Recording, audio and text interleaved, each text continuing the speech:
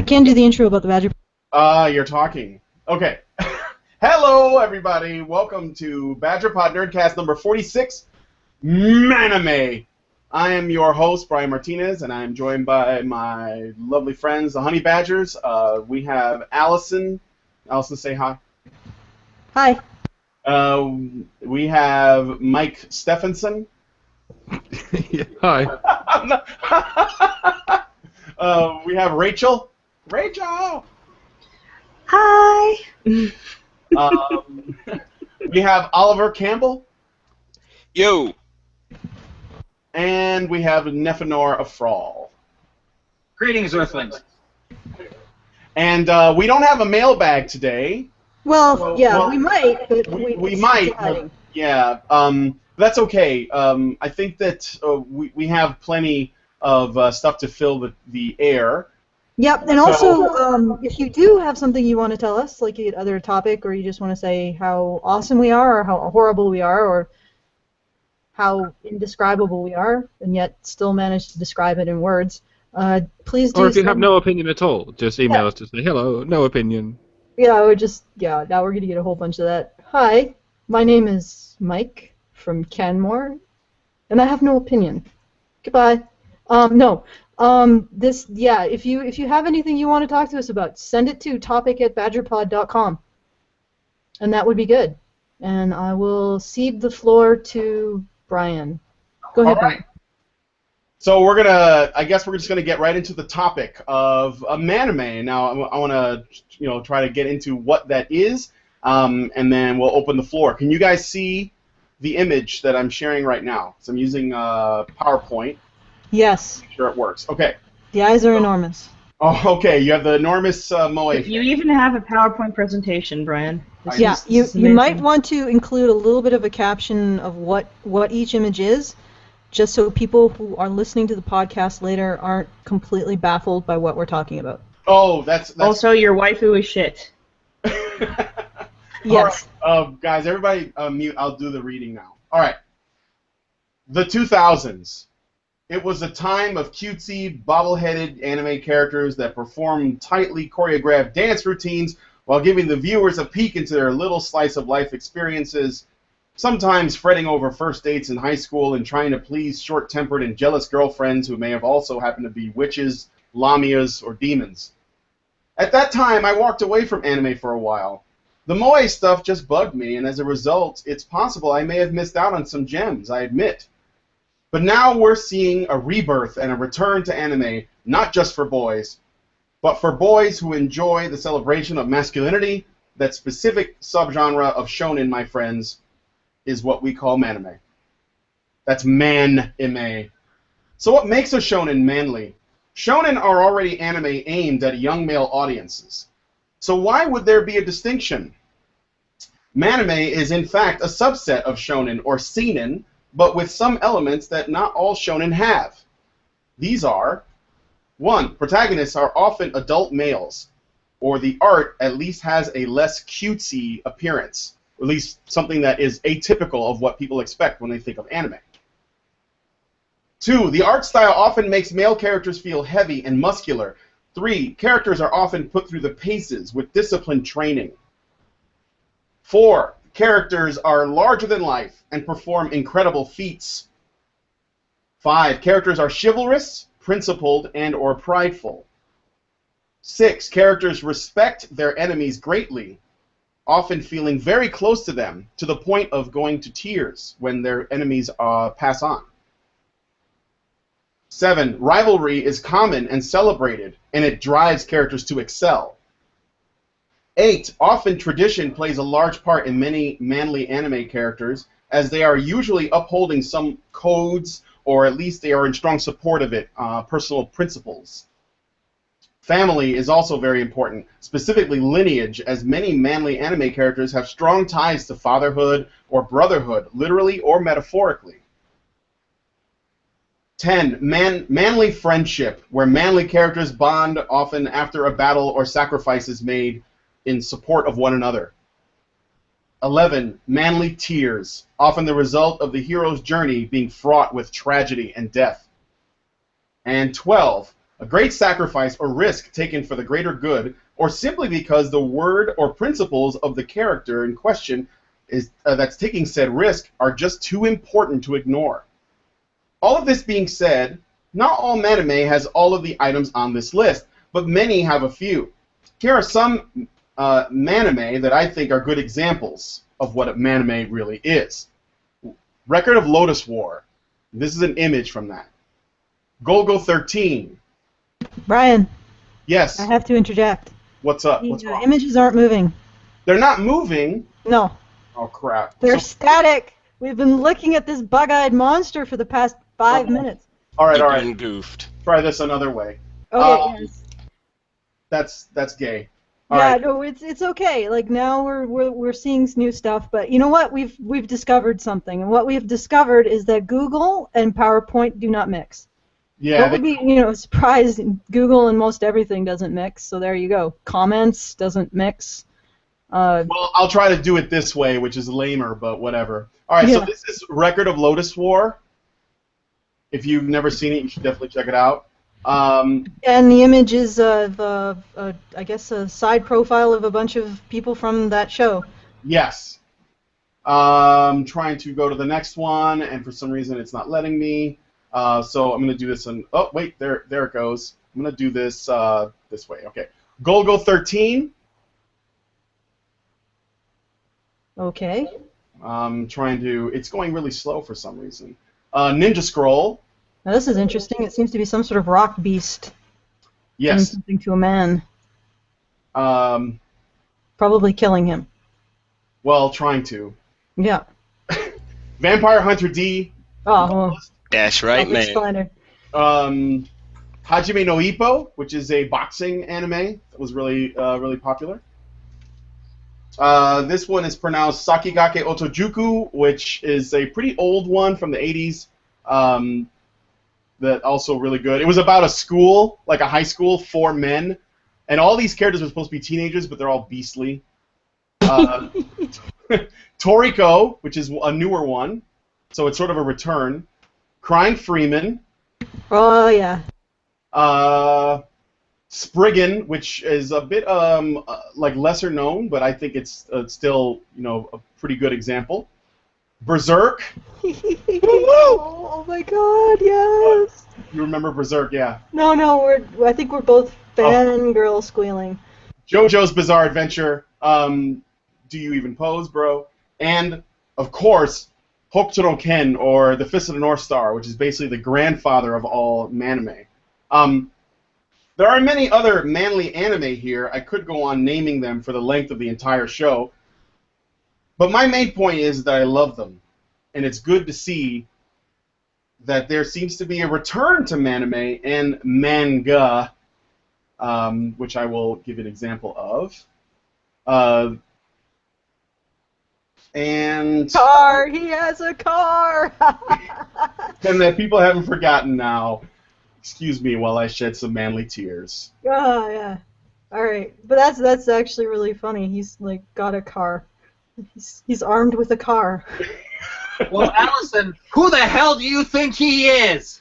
There you go. So, to sort of like summarize what I was getting at. So, essentially, Manime has like it's a shonen thing and it's made for boys, but it's different because typically the characters are adults. They're very well built. They're larger than life in a different way that most shonen does it, and they're just like the stakes are always extremely high.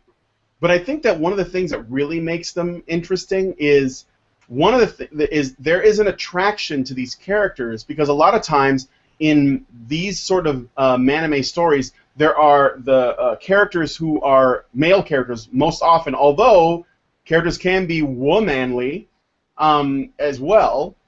But there are characters, most of them male, that usually actually risk everything in doing something that they think is important or worthwhile, and they will sacrifice their limbs or their life, or their or whatever it takes to do it. And there's something very attractive about that to a lot of people who like those kinds of shows.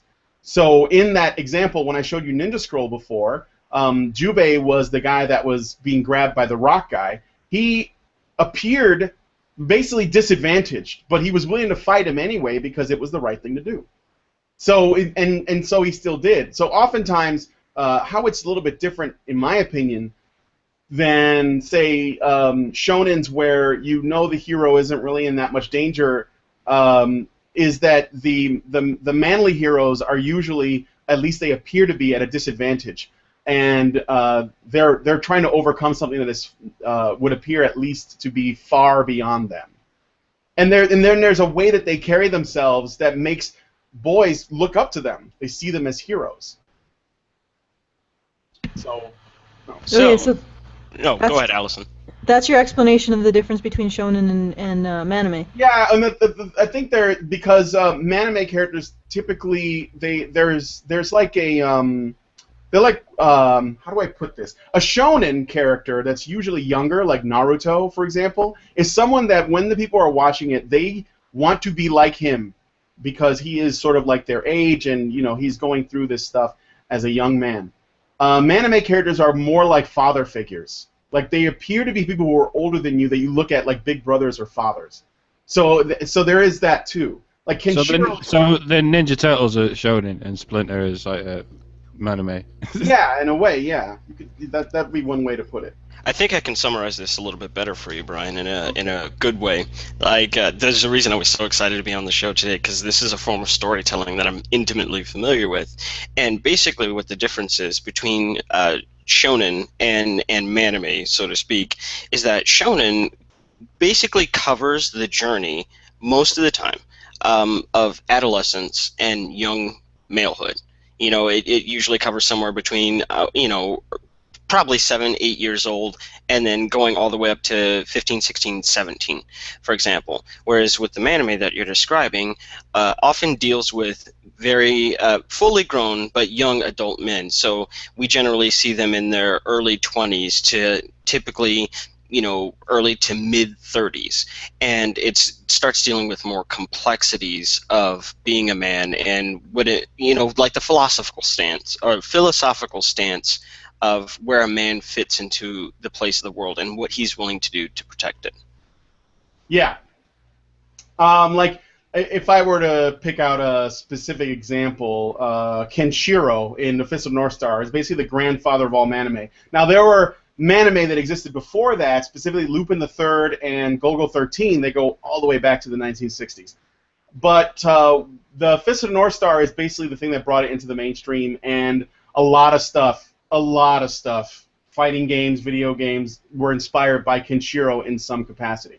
And where the Kenshiro story is interesting because you see him, it starts off with him as an adult trying to live in this sort of Mad Max post-apocalyptic wasteland, and then there is a point in the story where he has to face his destiny, and that's sort of like another kind of manly thing. It's like this idea of coming to terms with who you are and what your responsibilities are as an adult male. And he becomes a messiah figure in the story. But that's one of him coming to terms with that. And everyone he comes across, every male character mostly, but pretty much everyone he comes across recognizes that this journey that he's on, and they do whatever they need to help him along, which often results in them dying along the way. But they make these sacrifices because they're doing it for something greater than themselves. And I think that a lot of people who like that stuff are attracted to it because it's something that we as people want to be able to do, but we kind of fear doing ourselves. Like, imagine having to sacrifice your life for something that is, believing in something enough that you would throw your life away for it. And not having any regrets in those final moments is something that is, I wouldn't deign to say that it's specifically masculine, but it's very attractive to boys. This thing about, like, doing this for the greater good. It's heroism, really.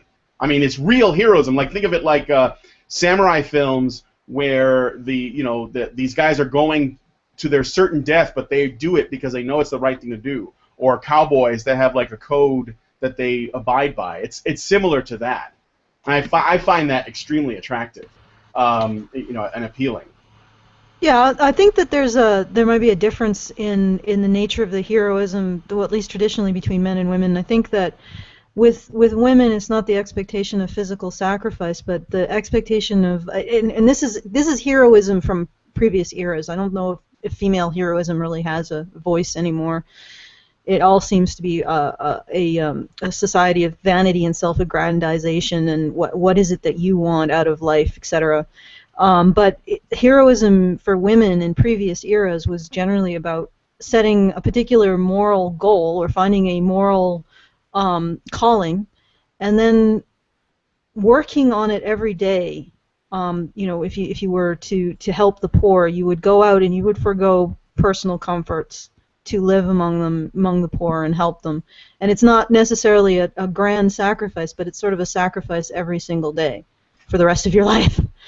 So that would be something that's different. But what I wanted to offer up is that maybe shonen is more about the process of taking a child from being a child to being someone who's expected to take on the mantle of protecting others. And then with the Man-ime that you're, as so to speak, you're talking about the pressures of having that mantle on you and dealing with that.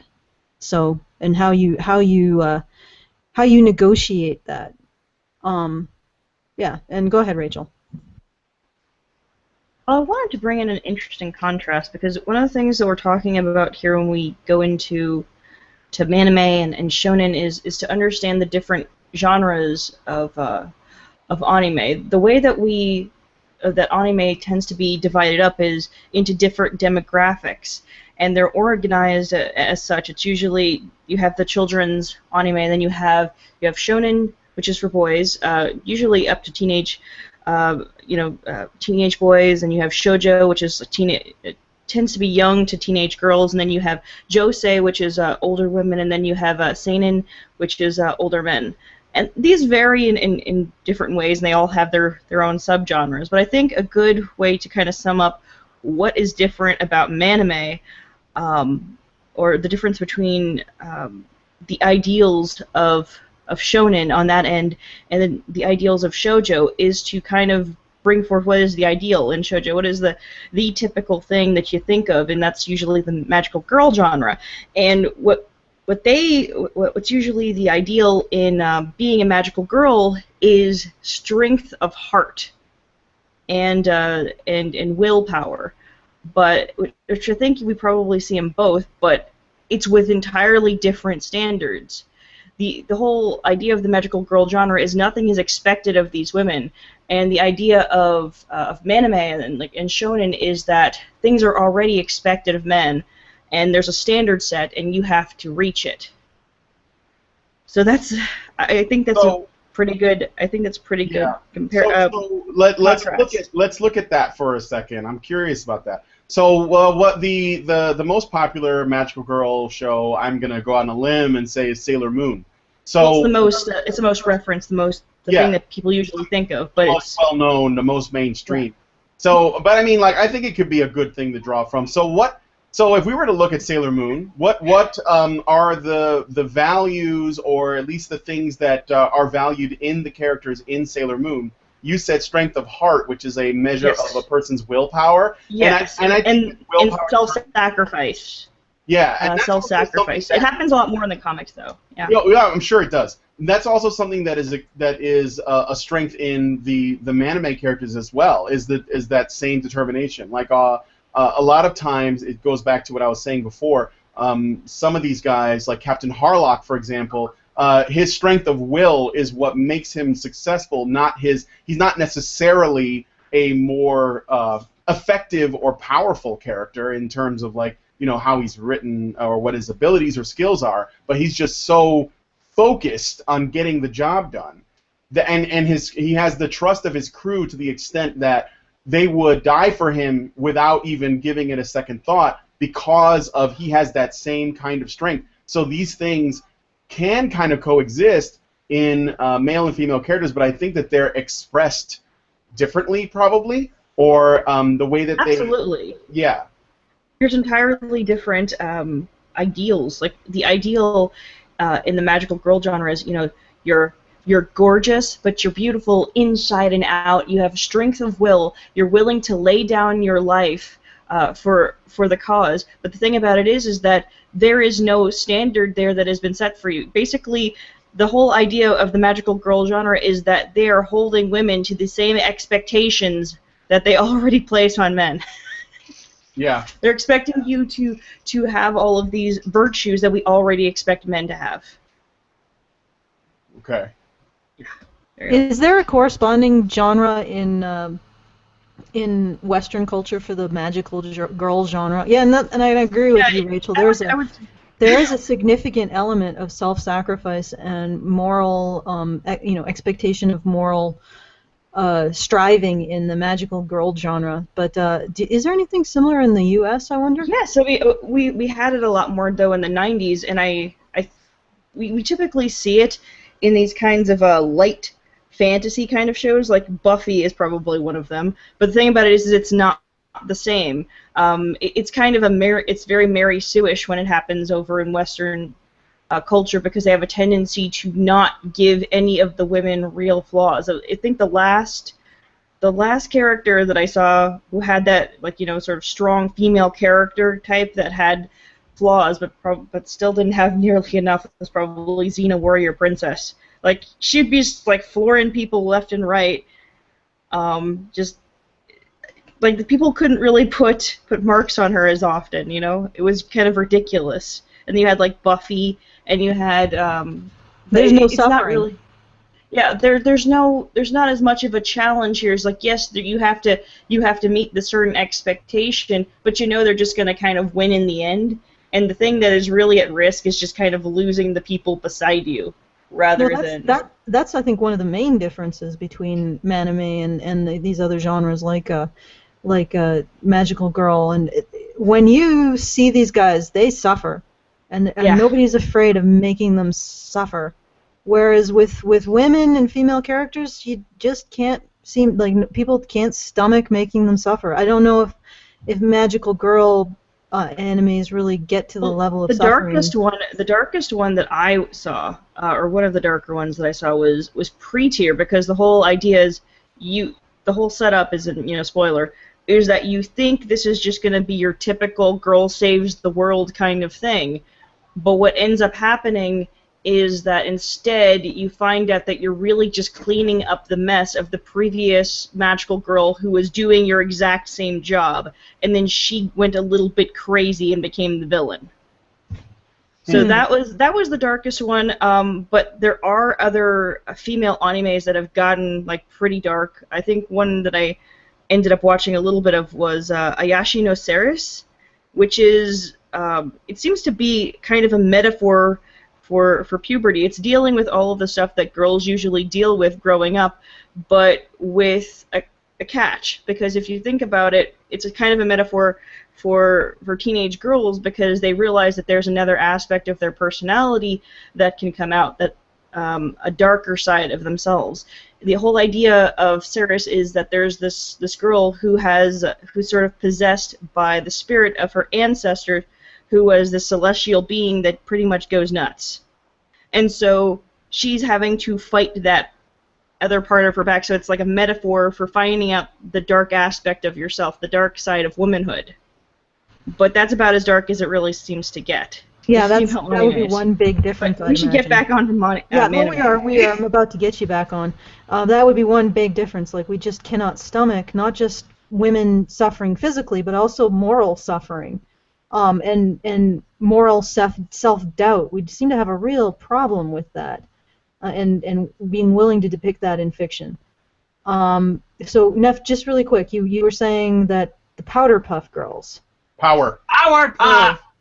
No D! Exactly, no D. Yeah, that was actually pretty good. I was really addicted to that show. So that would be one example in the Western sphere for that kind of...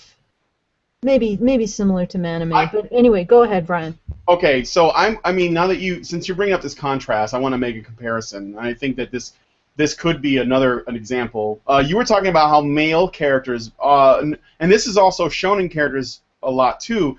They experience tragedy, they experience loss, they suffer, you see them grow from children to adults in many cases, or if you don't, like as is the case with, say, Crying Freeman and Fist of the North Star, for example, you will get flashbacks instead that show you what they had to go through to become the people that they are. So you know that often this journey is fraught with all this peril and tragedy, so that when you see them become men and they become like they grow into the people that they are and everything that they're good at, you can see where the value in all that is at. So you appreciate it even more because you know that they worked really hard and it wasn't just given to them.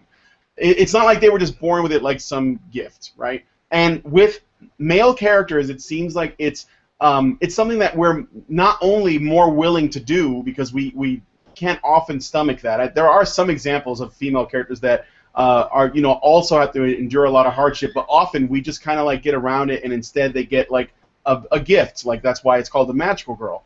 Where I wanted to make the comparison is on the show Avatar. In the first series, where Aang was the hero, he had to train to become the Avatar. When Korra became the hero, she just had the gift already. Now, that doesn't mean that she didn't have to go through some training, but she had a bit of a head start, so there was less of that to deal with.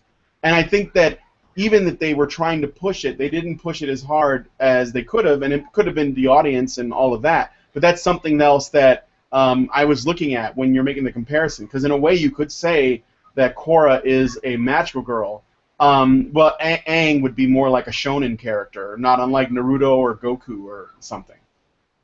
Well, something else sort of also occurred to me while you were talking about the difference between magical girl and Man-ime, and it's not just the situation where we have this aversion to seeing women suffer, and again, I wouldn't exclude just physical, but also moral suffering.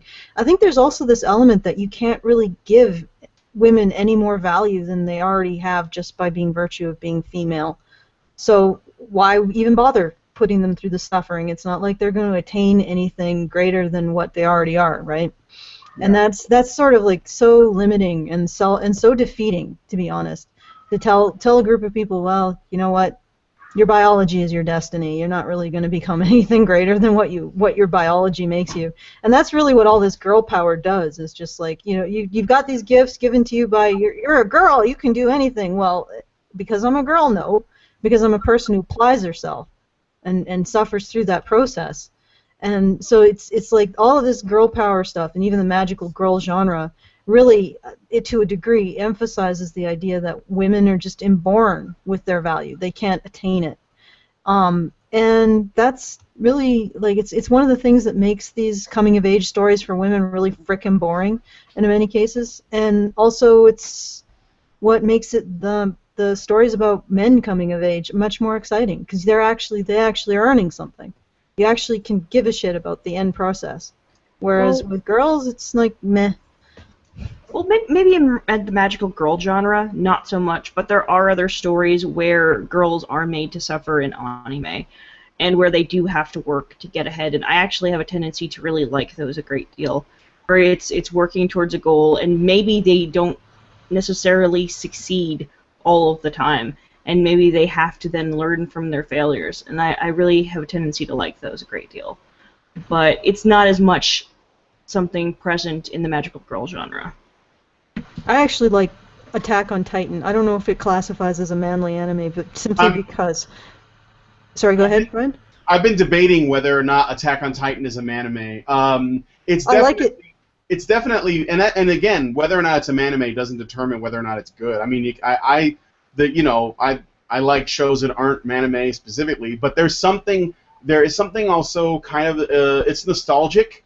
Like manime was something that was really big in the 80s, and there were, like I said, you had these adult characters that were often very masculine, even if they were female, and they were, they were larger than life, they were heavily muscled. They didn't look like what people think of when they think of anime characters. I mean, even though they obviously were, but there was something different in their appearance and the way the stories were told. And I don't think that I'm not sure about Attack on Titan though. Like if I think that it's a good show, but go ahead, yeah, make your point. Well, it might not be aesthetically, it might not fall in the man-ime category, but in terms of just the sheer, like, just what the characters are up against, and they maintain this sort of fighting spirit, and it's almost like when you see, and I've watched the anime and read a little bit of the manga, but mostly watched the anime. When you see the characters who decide to become part of the elite corps fighting the giants, and they've gone through this training, and they're up to this point, and they're saying, okay, well, now you have to volunteer to be part of this elite corps, and everyone around them is like, nope, we're going back in the fact lines, and then you see the ones who actually stick it out, and they are absolutely, they are shaking, terrified, and yet they stay. And it's just this. It's almost like their heroic spirit is something that's being torn. You know, it's almost like it's not something that it's just sort of naturally walked into. It's something that they're terrified, and yet they are so compelled to stay, and be part of this core. And the funny thing is up to this point, you have seen their friends and their lovers get swatted like flies, and it's just that was just really impactful for me, because there's no posturing, there's no grand speeches. It's just simply who stays, who's gonna stay to fight these monsters, and then these young people facing that moment of truth. Am I gonna walk away from this? Am I gonna be like everybody else who's walking away from it? And most people did. Like, you know, out of 50 people, maybe 5 stayed. And am I going to continue to stay in here? And why am I doing this? There was this question of why am I staying? And it was just, that moment seemed it seemed tied to that moment of that decision to actually stand up and protect others. And that seemed to be very manly. So in aesthetic sense, it wasn't manly, but then that sense and that choice that they made to face their fears, and be compelled to take this position of protecting the society that was basically crumbling under this threat, that was pretty intense. And it's also very intense because, like I said, up to this point, they were dying. Like, when I say swatted like flies, I mean literally swatted like flies. So each person who was standing there and saying, yeah, I will continue on in this path and become part of this elite corps, they had lost someone. And they had watched them just like one instance they were there, and one instant they were just a greasy, bloody smear. And that was, again, not manly aesthetic, but maybe manly in spirit. Yeah, I don't think it needs to necessarily aesthetically be that way. Nephanor? I'd have to agree with Allison, though. I think Titan, because of the fact that it does have that moment of sacrifice and doubt, definitely qualifies for Man-ime, but there's still other things about it that just make me go, it's on the border, if anything. But it is still damn good, obviously. Well, what is it that makes you think it's on the border? Because of the fact that once you get to the point where you see that they have a Titan in their midst, spoilers, sorry, you realize that it's not actually that bad, because now they have, it's like going up into yeah, you're right. You're standing up against a tank, and then suddenly, hey, I've got a tank too. Yeah, that's actually when the moment when the show sort of lost a lot of its impact for me. Exactly. At that point, it's not a small against giant, it's giant against giant. Yeah, that's when it, yeah, you're right. It turns to a kaiju. Yes, exactly, kaiju. Yeah, and then that's when it lost a lot of its emotional impact too, because now everything is more equal. So the whole scenario where they thought when they stayed that they were going to certain death, and they thought when they stayed that they were going to certain death, and they didn't even know if fighting would change anything. Like that it was such an enormous force that they were up against. So when they chose, they didn't even know if fighting, if they're actually fighting back would manifest any kind of change, any kind of. They didn't even know if they could protect anyone, or even protect anyone for an extra day. It was that kind of a choice, and that was intensely affecting for me. And then, yeah, you're right. Nephenor. As soon as the whole playing field got leveled, it was like I lost interest. But go ahead, Brian. I've hijacked your show enough. No, it's okay. Well, I was just thinking about you were talking about people, like the choices and all that, and I was thinking about what is it, because I'm trying to get to there are traits about Man-ime that really make it stand out, and against other shonen. And one of the things that I'm looking at is there are often times where not only can characters die at any time, because usually the environment is harsh, or the character finds himself as a part of some world that is just harsh in general. Like Crying Freeman is part of the this criminal underworld, and Gogol 13 is also involved in that, and and you have all these kinds of things. But there are even times where in the Fist of the North Star they introduce, and I'm spoiling this, but I have to point it out. They introduce a thing where characters are actually told in advance, or they're informed that they're going to die if they follow through with a certain act, for sure, right? That they're going to die and it's going to kill them. But it's the only choice they have because they got to do the right thing, or it will be extremely painful or whatever. And they choose to do it anyway because they're so devoted to their principles and they're so committed to doing this, and they're willing to suffer and die. And there's actually a lot of emotion in this tragedy that is something that often people don't attribute with manliness, but because of these sacrifices, it actually makes that a lot more profound. And in the Fist of the North Star, and other shows like this, you have characters that are like, I got to do this thing. I know it's going to put me in danger, or it's going to kill me outright, or I'm going to lose something, in some way. But because I have to do it, I'm going to go and face this down. And they end up usually getting killed or coming close to it, but they actually accomplish their goal in some way, so it's not wasted per se.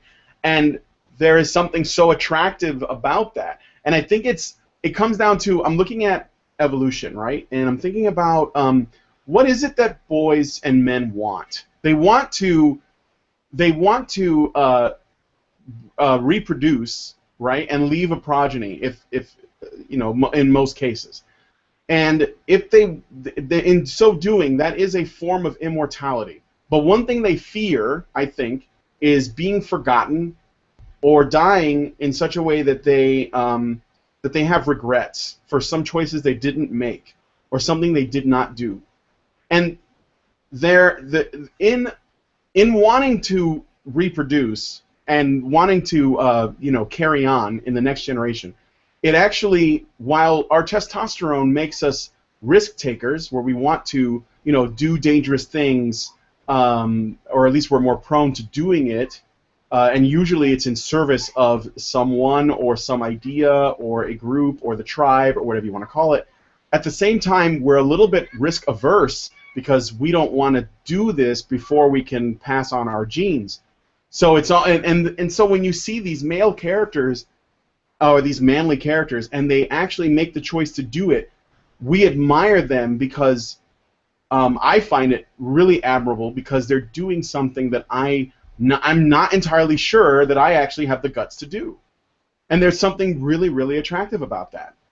And I think that there is a relationship to these things, in my opinion, that it's related to our desire to take risks, that's also intermixed with the fact that we live in a time now where our society is as comfortable as it's ever been, but there is a craving for danger and to live in a more savage time, because maybe we'd feel more valued then.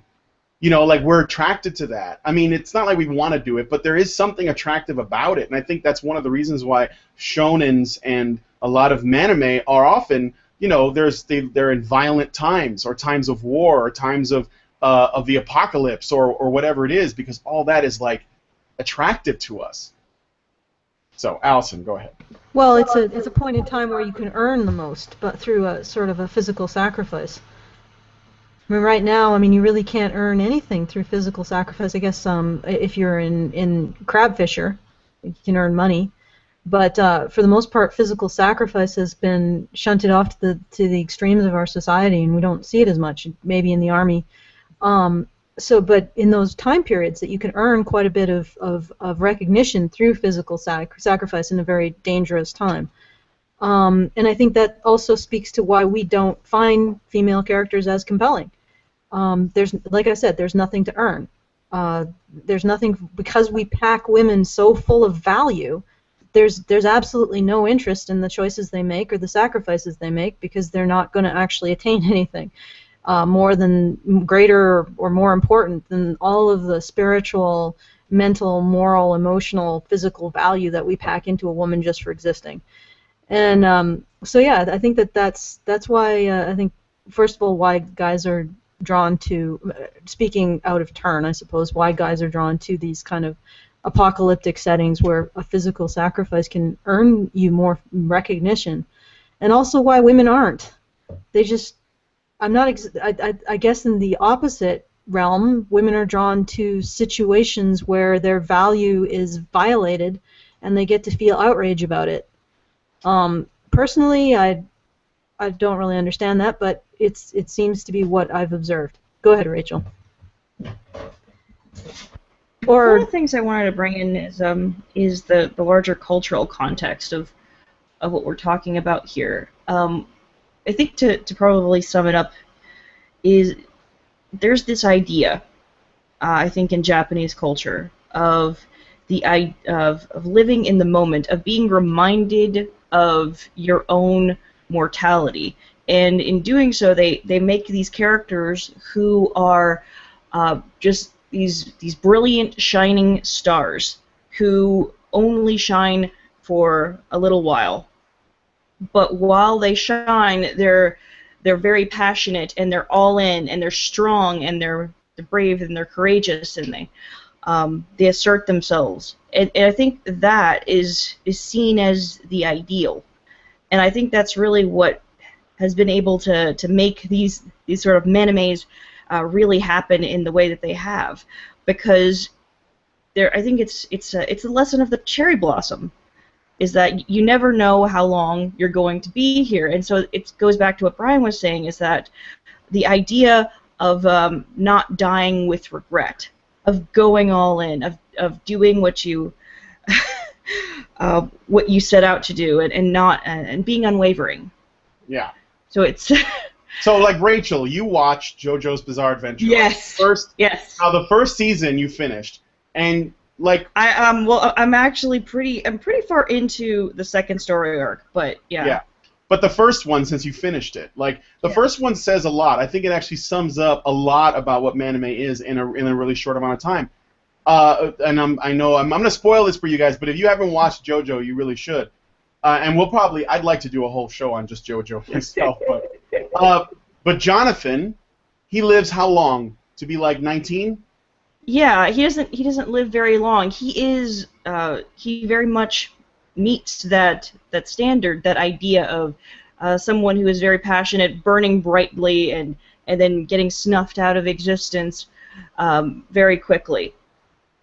But everybody grows to respect him in that very short amount of time that they even know him. Just upon coming into contact with him, there is this amount of respect, because he gives respect to others and has a value for things like human life and decency and morals, and the idea of being the perfect gentleman. Yes, he's the ultimate. No, but there's another thing about Jonathan too, and you'll figure this out as you keep going. While Jonathan lives a very short amount of time in this plane of existence, his actions reverberate throughout the rest of the entire series. It never ends. And it's so, in that way, he becomes immortalized. And that's something that is also very attractive. I mean, like, I don't want to say, like, again, I don't want to speak out of turn either, but I think very attractive specifically to people who like these kinds of stories, which is a majority of boys. They like the idea that what they do, the noble things they do, and the actions they partake in, or like what they're willing to sacrifice, and they're not special. Like, Jonathan is just a guy that was really, really determined. And there was a great line. This is something that reverberates in a lot of Man-ime stuff too, where he is being told by the villain of the story that, who's Dio, that Dio's transcended humanity, and therefore Jonathan has no match because Dio is more than human. And Jonathan says, "I will show you that humanity and the potential of humans has no limits." And so basically he goes in, knowing that because his heart is in the right place and he's made the choice and he is ultra determined to do the right thing, that it's not going to stop him. And even though he is working with limits, he doesn't care. He doesn't throw his life away, but he makes a sacrifice to protect his, as many people as possible, his wife, his child, which basically allows him to go on. And Jonathan does this with a smile on his face. It's fucking awesome. Well, what I wanted to point out is I think that's there's something that I identified about the difference between socialization with men and women. I think men are much more attracted to this idea that their actions have these enormous consequences, and that that sounds to me exactly what attracts gamers to games, is that they can see the huge consequences of their actions on the game world. And I think that's why boys are more attracted to games as well as these stories. It's just this idea that that your actions are so big that it could have so much effect on generations after you're gone, after the actions have taken place. And I think that appeals to men. It might be partially socialization too, because I think there's also women who that appeals to as well, that their actions can have such a profound effect on the world around them and the future even. But I think that's dulled in a lot of cases, again, by the emphasis on the value, that women never being able to make a choice greater than their value as women. But you know what? Oliver, are you there? I mean, you seem to have gotten really quiet. Yeah, I'm here. I'm just listening. Okay, Hi. good. Do you want anything? Do you have anything to add? Well, yeah, I have a ton of stuff to add, but Brian was really excited about what was going on. I didn't want to stop him. I didn't want to suck the helium out of his balloon. I was like, okay, he's going. Do some helium sucking. We can handle it. Just sitting there and listening to the general analysis here.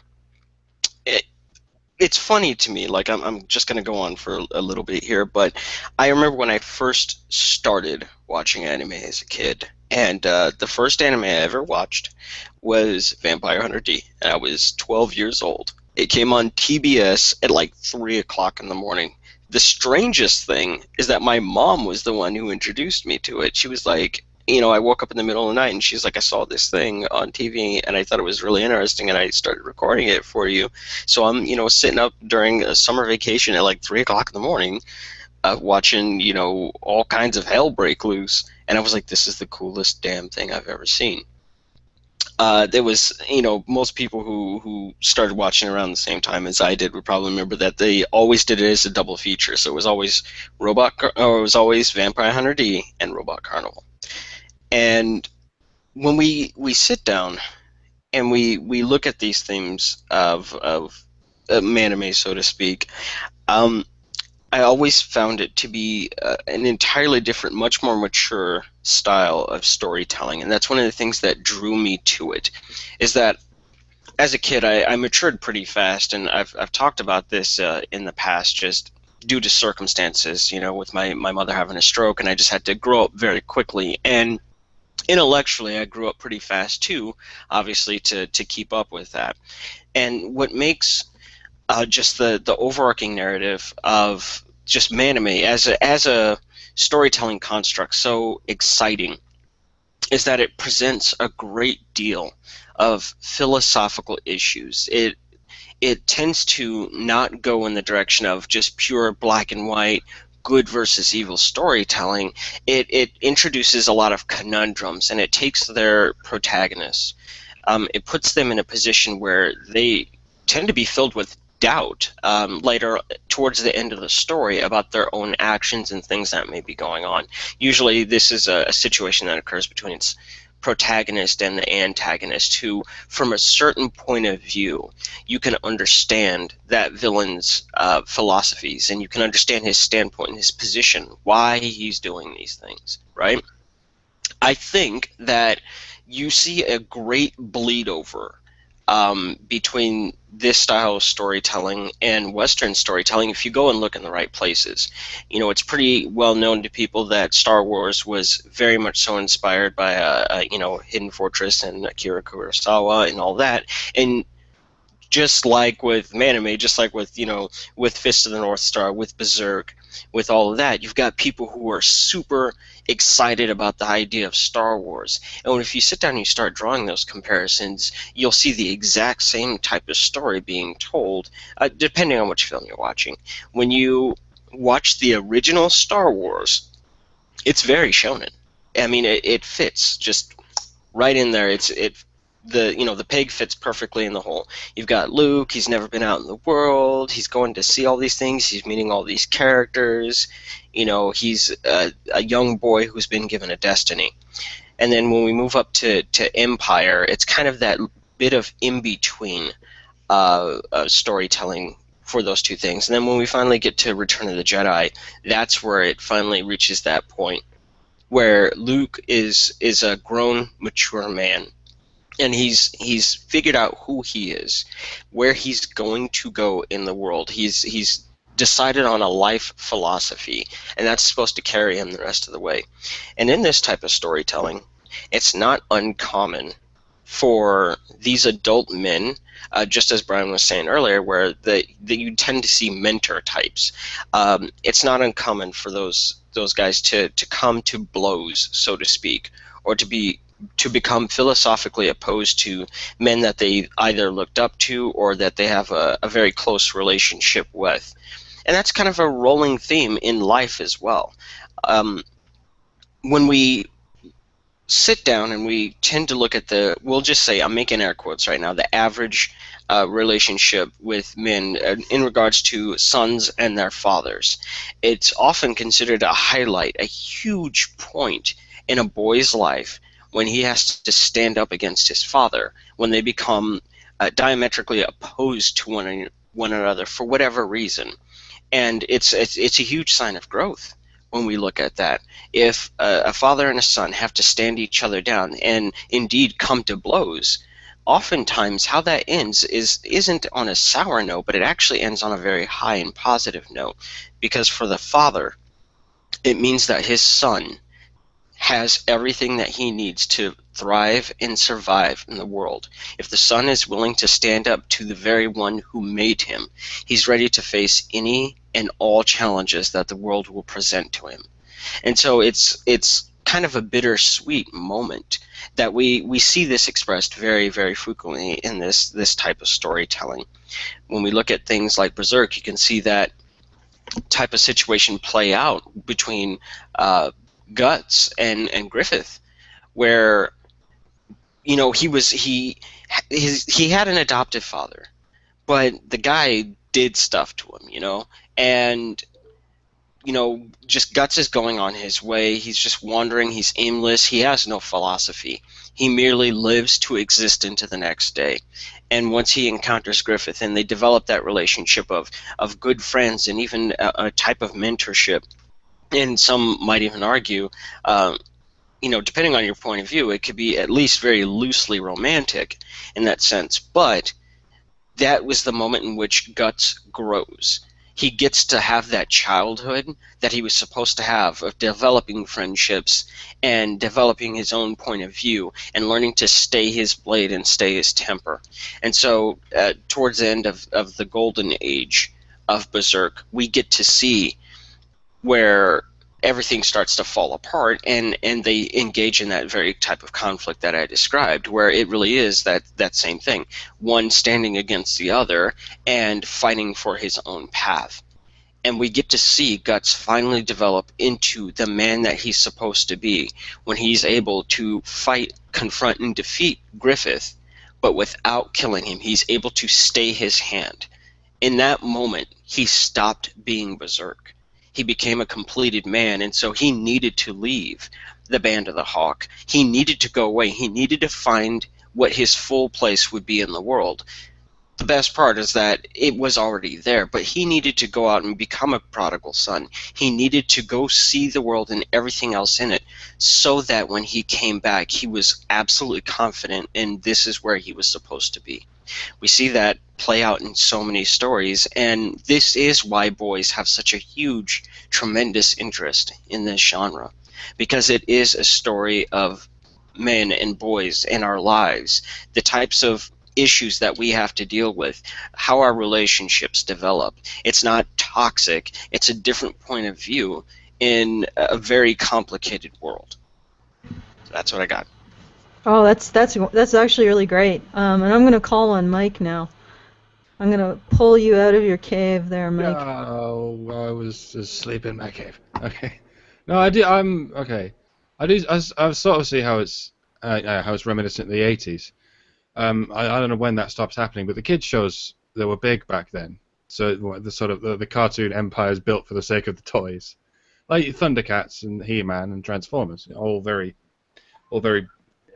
built sort of hyperhuman characters fighting planetary battles and whatnot. And even the female characters had the same dynamic, and they were very sort of athletic, you might say masculine characters, and it sort of carried on into the early sort of days of gaming. So Street Fighter 2 still had that aspect.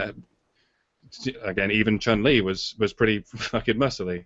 That was where the cartoony aspect of fighting games was big, sort of just before motion capture stuff took off, like they used in Mortal Kombat. So I don't know. I'm just trying to trace where it ended and where it took off again. Something happened in the 90s that made everyone a bit fluffy and colourful. What was that? I suppose it was nothing bad happened for a whole decade. I could probably tell you what happened.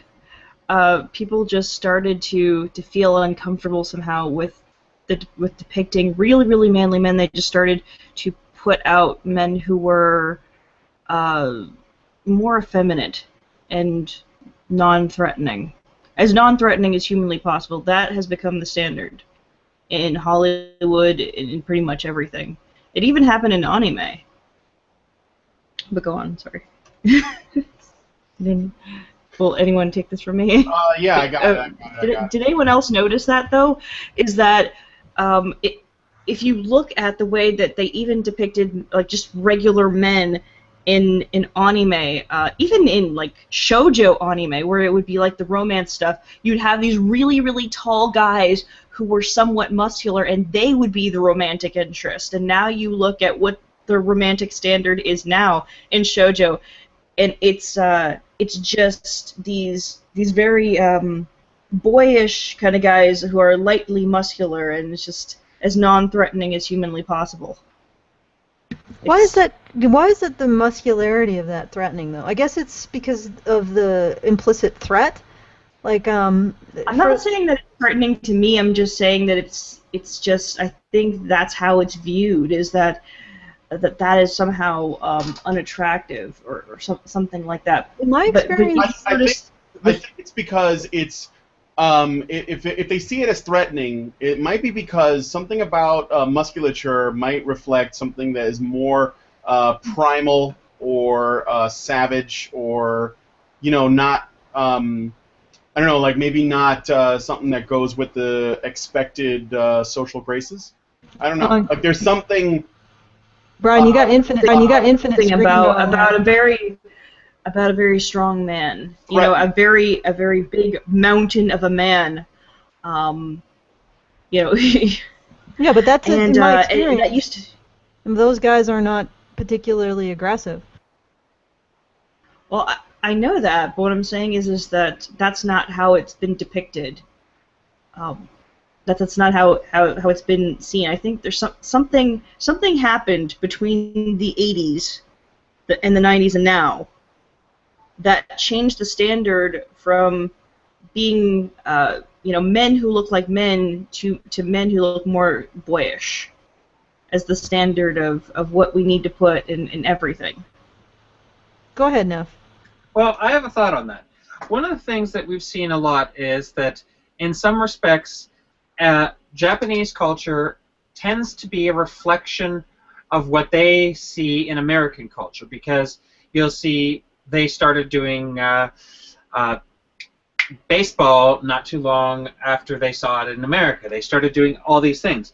And what happened around the time of the 80s was the rise of the whole concept that men don't have to be men, that men can be, softer, nicer, more effeminate. And I think that a lot of ways Japan saw that and said, hey, maybe this is what they like. And so they started to try and speak to that, and that's where we started getting the change in anime.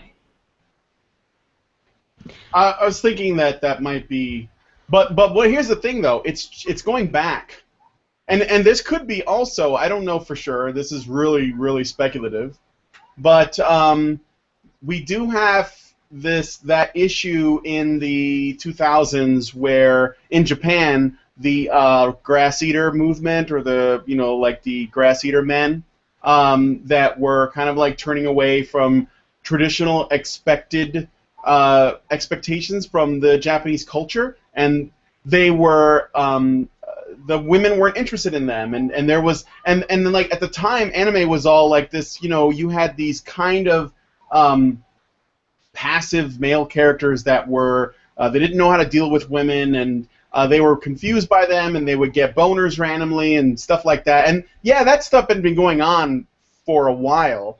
And that was also a thing in anime from back in the 80s and 70s even.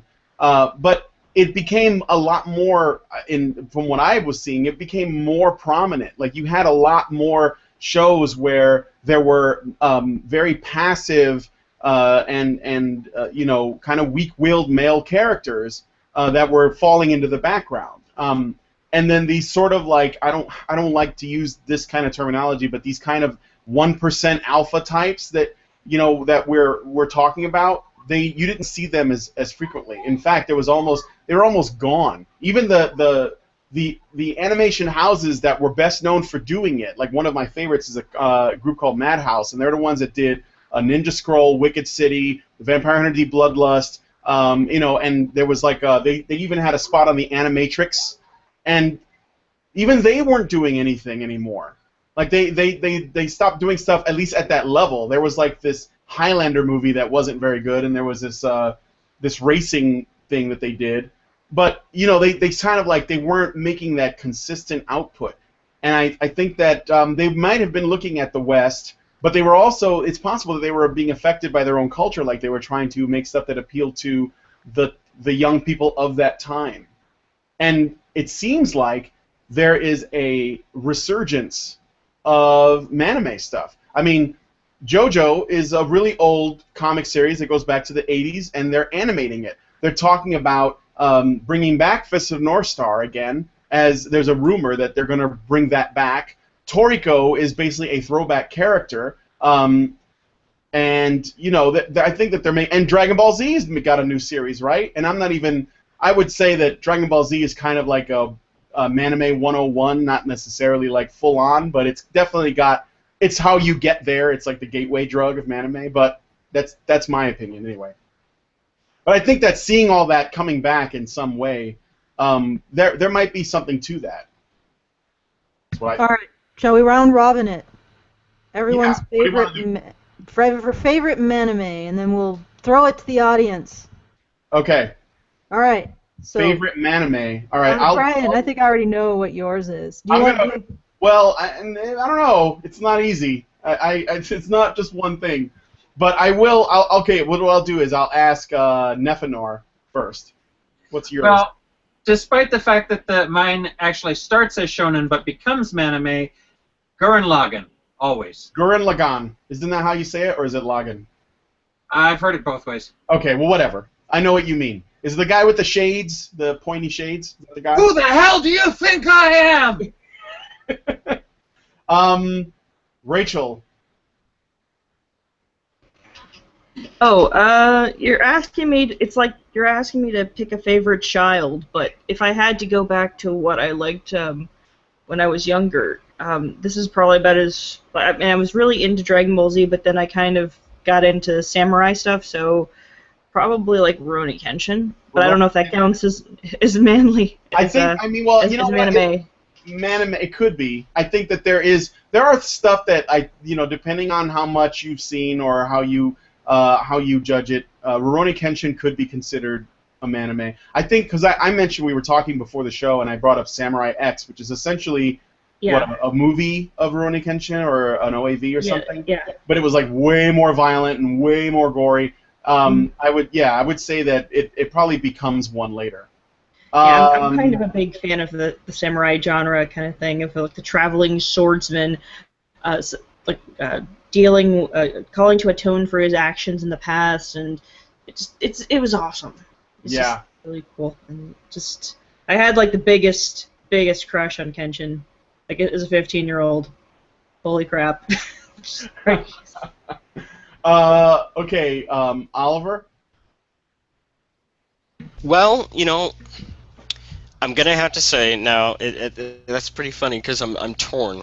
Look, it's well known my love of Fist of the North Star. Like everybody knows this, but I'm gonna have to go ahead and go with Berserk. I mean, considering I have the brand of sacrifice tattooed on my neck, a lot of the story of Berserk does draw parallels with my own life, and especially after I got sick.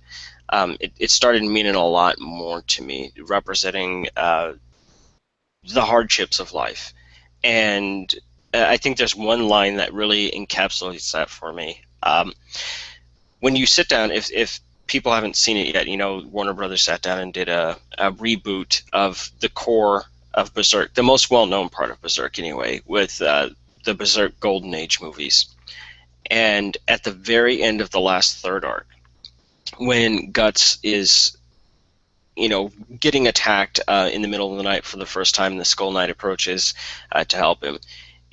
Just what the Skull Knight says to him has stuck with me, like, all this time.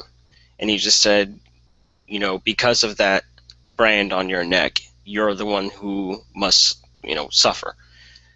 And it really stuck with me. It's like some people are just destined to have a rough go at it, but for me, it's also realizing that the reason that you are the one who is destined to suffer is because you are the one who is most equipped to take that suffering and can keep going through it. And so that's just something that's always going to stick with me. I don't think I'll ever get tired of Berserk. Yeah, Berserk is a good one, and it's really painful to watch. Mike, I don't know if you've seen enough to have a call, but I'll give you the floor anyway. I don't know crap about shit. As you can tell from the references I go to, I don't even live under a rock. I live under a discarded beer bottle. It's fine. You know what? I will say this. I think you should watch Ninja Scroll, and that will probably be your favorite. And that's my way of plugging one of my favorites without actually making it my favorite. Okay, so for me, it's tough because I love the whole thing. I'm always like looking for new ones. And yeah, I mean everyone knows I love JoJo's Bizarre Adventure, but I don't know if it's my favorite. I think that I love it right now because it's making a comeback and it's showing up on they're making a show and I got the games and I'm really into them. But I think that Fist of the North Star is the granddaddy of all of it. I mean, even though I love Go-Go 13, I love Lupin the Third, I love Cobra, I love Crying Freeman, but the Fist of North Star is basically like, it's Mad Max meets Bruce Lee meets fucking exploding heads in a wasteland, and Jesus thrown in just for fucking shits. I mean, it doesn't get any manlier than that at all, ever. So yeah, no, for me it's going to be Fist of the North Star. And I'm going to give the floor to Allison. All right. Well, I'm going to actually have to go with Oliver's choice as well, Berserk. And in particular, I want to point out the relationship between Griffith and Guts, and how it changed over the course of the season, or the course of the Golden Age arc. Initially, Griffith defeated Guts, and Guts went to work under him as a mercenary. And in the process, he developed his ability to work with people, to strategize, to feel part of a family. And then there was a moment where Griffith actually called on Guts to do something that I think really challenged him morally, which was to assassinate a member of the court who had attempted to assassinate Griffith. And in the process, Guts did indeed assassinate that individual, but he also ended up killing his son. And I think that was the beginning of the questioning of whether or not his path was aligned with Griffith. And then after he was completely and totally morally shaken by what he had done, he overheard Griffith saying that the only person he could consider a true friend, that Griffith at that time didn't consider anyone underneath him working as a mercenary, including Guts, as a true friend. The only person Griffith could consider a true friend was someone who held a goal, a dream, as high as Griffith did himself. Even if that goal or dream was opposing Griffith, was being Griffith's greatest enemy. And what's interesting to me is I think that was the final nail in the coffin of Guts' decision to go off on his own and find his own dream. And what ends up happening, spoilers, is Guts becomes that person who opposes Griffith with all of his being. But what's interesting is that there's that frisson there, that little bit of energy, because in so opposing Griffith, he becomes the very person that Griffith says he would call a friend. By opposing Griffith with every single bit of his being, every single element of his strength, he becomes the person worthy of Griffith's friendship. And I don't know where they're going to go with that, but I love that sort of that bittersweet, poignant quality that they disagree. They disagree to the point where they will kill each other. Probably what will end up happening is one or the other will kill each other. And yet at that moment, they become each other's completion. They become each other's greatest friend, because in opposition, you inspire the greatest growth in the person you oppose. You inspire them to reach deep inside themselves and bring out the greatest parts of their being.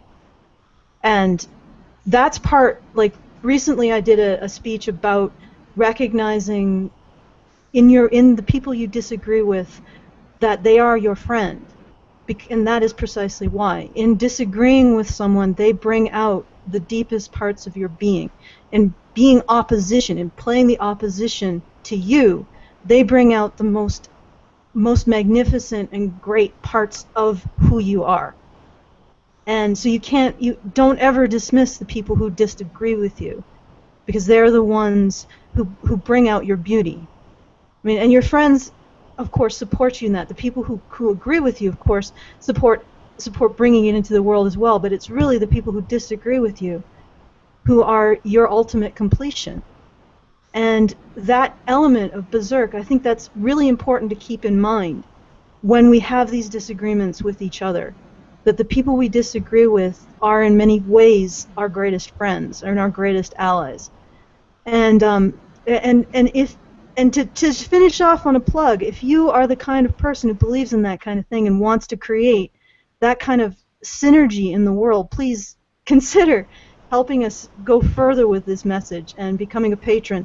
www.patreon.com/honeybadgerradio. I would get it in there. I got it in there. Yeah, that was good. That was like I got sideswiped by all the talking, and suddenly I was on Patreon. I found myself on Patreon. How did I get here? Maybe Oliver should do his thing. You have already paid. Yeah, also, you're already dead. And also, Dio. Okay. All right. So let me give a little lead-in for your listeners, just so they know. Okay. So the story is, like, back in 2013, we were just, like, me and my wife and a couple friends were sitting around, just messing around, talking and laughing, and we discovered that I can actually do the Fist of the North Star 100 crack fist. I can actually scream that loud and that fast and do all that, and it cracks people up. And when I was still doing Gamergate News Radio regularly, that would be the way that I would actually close out the show, just because it made people laugh so freaking hard. So before I do this, It's very loud, and I want to make sure that if anyone is wearing a headset or anything while they're listening to this, that you go ahead and lower the volume, or you turn down your speakers or whatever, especially if you have any pets around, because they're going to get freaked out. They're going to be like, what the hell is that? And it's just a kind of a neat little trick. So I'll give people 5 seconds to just kind of get prepped for that, and then I'll go ahead and do it. Okay? My body is ready. Okay, so without further ado, this is the iconic 100 crack fist on the North Star, where Kenshiro does his multiple strikes, and then at the very end of it, he says that, the classic line of, "You are already dead."